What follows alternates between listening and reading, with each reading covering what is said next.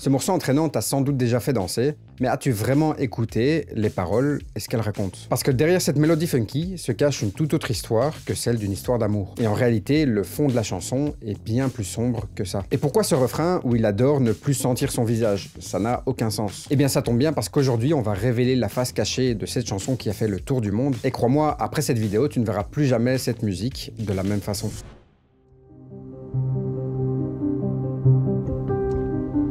Alors, avant de parler des paroles, parlons un petit peu de l'artiste derrière tout ça.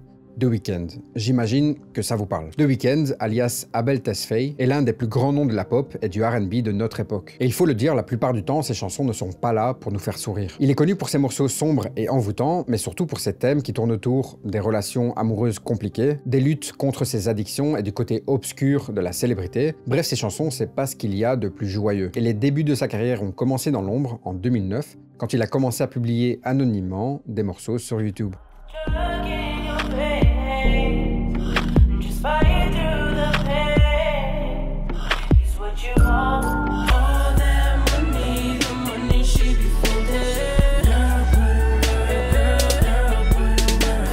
Avec ses premiers titres comme What You Need et The Morning, il a attiré l'attention grâce à son mélange unique de R&B contemporain et alternatif, mais surtout grâce au mystère qu'il entretenait autour de son identité. Absolument tout le monde voulait savoir qui se cachait derrière ses musiques. C'est là que le rappeur Drake le découvre et décide de le prendre sous son aile en le propulsant par la même occasion sous les projecteurs. Et c'est donc peu de temps après ça, en 2011, et après avoir cofondé le label XO, qu'il a fait sa grande entrée sur la scène musicale avec la sortie de 3 mixtapes. Des projets qui seront acclamés par la critique et qui le propulseront encore un peu plus sur le devant de la scène. Et ses chansons parlent de tout, des plaisirs de la nuit aux luttes personnelles, le tout avec un style qui lui est propre. Un mélange donc de mystère, de passion et de ce petit frisson de l'interdit. Finalement, en 2012, il signe avec Republic Records pour rééditer ses mixtapes, mais c'est vraiment en 2015 que The Weeknd explose sur la scène pop mondiale. Avec son album Beauty Behind the Madness, il ne fait pas que grimper dans les charts, il les prend littéralement d'assaut. Et ça principalement grâce à un morceau intrigant qui va le révéler au monde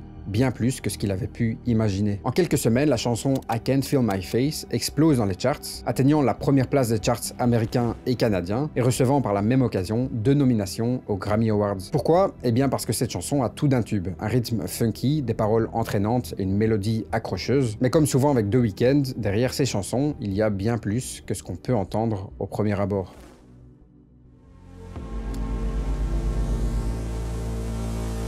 And I know she'll be the death of me, at least we'll both be numb. And she'll always get the best of me, the worst is yet to come. But at least we'll both be beautiful and stay forever young. This I know. Dès les premières phrases, The Weeknd pose les bases d'un dilemme émotionnel. Et rapidement, on part du principe qu'il parle d'une fille, étant donné l'utilisation du pronom féminin. Mais au fil de la chanson, on réalisera que The Weeknd parle en réalité de son addiction. Il nous parle d'une drogue, comme si elle incarnait une femme dont il était éperdument amoureux. Parce que déjà, dès les premières phrases, il évoque qu'elle sera la cause de sa mort, mais aussi, il mentionne se sentir engourdi en faisant allusion à la perte de sensation, un effet souvent associé aux drogues, et la cocaïne étant la plus classique. Et la chanson prend alors un tournant fascinant parce qu'il dit préférer se sentir engourdi plutôt que de faire face à la réalité de la situation. Il admet que la drogue prend le meilleur de lui-même et donc malgré la toxicité de leur relation, il y a une forme de beauté dans cette souffrance partagée. Et donc quand il déclare que le pire est à venir, il est conscient que la situation va faire que se dégrader, mais malgré ça, il se sent impuissant pour changer les choses. Ce passage nous plonge alors dans un monde où la douleur est presque souhaitable si elle peut être atténuée par l'oubli. Et même s'il termine son premier couplet avec une phrase plutôt optimiste, cette phrase dissimule en réalité un sens bien plus profond. Dans cette phrase, il dit « Nous resterons jeunes pour toujours ». Par là, il suggère que s'il venait à faire une overdose et à mourir en étant jeune, au moins il serait éternellement jeune dans la mémoire des autres. C'est un peu comme si vivre jusqu'à ce qu'il soit vieux serait un destin plus cruel. En gros, c'est un sacrifice ironique, la vie en échange de l'immortalité, de la gloire. She told me don't worry about it. She told me don't worry no more. We both know we can't go without it. She told me you'll never be alone. Dans cette partie de la chanson, The Weeknd nous confie ce qu'il ressent en prenant sa drogue. La petite voix dans sa tête pourrait représenter la tentation elle-même, qui le rassure et l'apaise, en lui disant de ne pas s'inquiéter des conséquences. Elle le convainc à la fois qu'elle a ce dont il a besoin, et aussi qu'il ne pourra pas trouver mieux ailleurs. Il nous explique en quelque sorte que lui et son addiction ne peuvent pas vivre l'un sans l'autre. Une phrase qui peut paraître belle dite comme ça, mais dans ce contexte-là, c'est plutôt une phrase inquiétante. Il finit par se dire que tant qu'il a ce dont il a besoin, il ne se sentira jamais seul. Mais ça sous-entend aussi une sorte de dépendance émotionnelle, et on a donc clairement affaire à une relation toxique.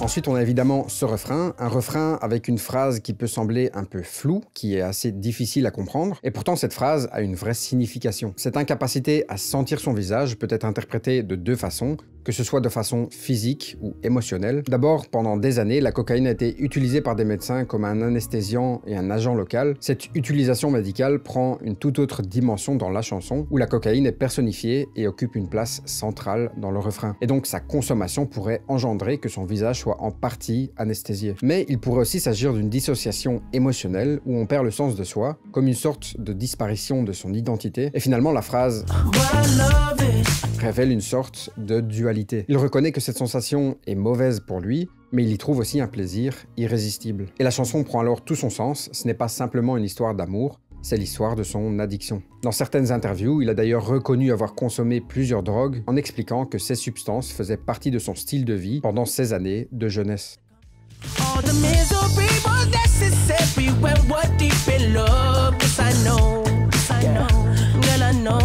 Alors qu'il montrait un peu d'optimisme plus tôt dans la chanson, le récit est depuis passé à la misère. Dans ces lignes, The Weeknd aborde un thème complexe et paradoxal, la souffrance inévitable aux relations amoureuses profondes. Il explique que la douleur joue un rôle essentiel dans l'expérience d'un amour intense, et même avec la révélation qu'il s'adresse à une fille, en tout cas c'est ce qu'il veut nous faire croire, il est toujours clair que cette chanson est en parallèle aussi un clin d'œil à sa toxicomanie. Et donc même si cette chose ou cette personne, peu importe en réalité, est mauvaise pour lui, le sentiment qu'il ressent est beaucoup trop fort pour y résister. Et en réalité, c'est cette double interprétation, amour toxique ou addiction, qui fait tout le mystère et la force de cette chanson.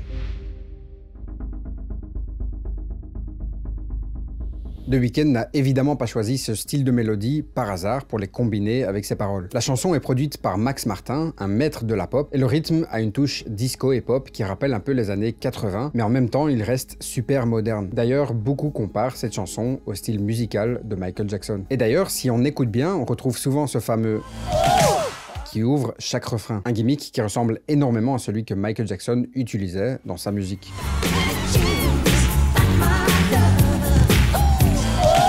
Et même à l'image, on y voit The Weeknd danser comme le faisait Michael Jackson. Et je sais pas pour vous, mais personnellement, cette scène où The Weeknd prend feu, ça me fait énormément penser au moment où les cheveux de Michael Jackson avaient pris feu sur le tournage d'une publicité pour Pepsi. Bon, après, je me fais peut-être un film, mais bon, je pose ça là et vous en faites ce que vous voulez. Bref, si en plus de tout ça, on regarde le clip d'un peu plus près, on remarque qu'il est bourré de symboles sur la passion et la destruction. Au début, The Weeknd est sur scène, mais personne ne le remarque vraiment. Pourtant, au fur et à mesure qu'il chante, quelque chose change. Son énergie et sa présence captivent petit à petit l'audience. C'est un peu comme si sa performance devenait de plus en plus magnétique, comme une dépendance qui devenait de plus en plus puissante, jusqu'à ce qu'elle devienne impossible à ignorer. Mais toujours est-il qu'au moment où The Weeknd prend feu, contrairement à ce qu'une personne censée ferait, il n'arrête pas sa prestation, au contraire. Et pour moi, ce feu, c'est le symbole parfait de ce qu'il consume de l'intérieur. Ça pourrait refléter cette passion brûlante, ou alors tout simplement cette dépendance qui le consomme. En gros, c'est l'illustration même d'une addiction ou d'une passion qui est tellement forte qu'elle te consume sans que tu puisses ou que tu veuilles l'arrêter. Et au-delà de ça, ce qui est encore plus dingue, c'est la réaction des spectateurs. Plutôt que de paniquer, ils sont alors complètement fascinés par la performance. Ils applaudissent et s'enthousiasment en le voyant brûler. C'est comme si sa douleur, son autodestruction, devenait un spectacle. On peut y voir alors une critique subtile envers la société et l'industrie musicale, où on célèbre un artiste tant qu'il se consume pour nous divertir,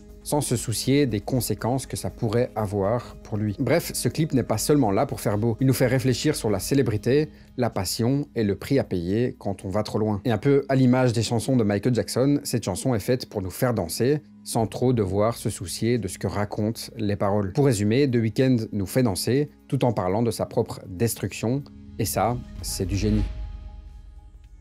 J'espère que cette vidéo t'aura plu et personnellement je prends énormément de plaisir à analyser ces chansons et à lire d'autres théories et arguments dans les commentaires, alors n'hésitez surtout pas à mettre vos avis en commentaire. Si vous avez aimé la vidéo, vous pouvez évidemment aussi mettre un petit j'aime et vous abonner à la chaîne, ça permet de soutenir la chaîne. Et nous comme d'habitude, on se retrouve très prochainement dans une nouvelle vidéo sur YouTube pour une nouvelle histoire.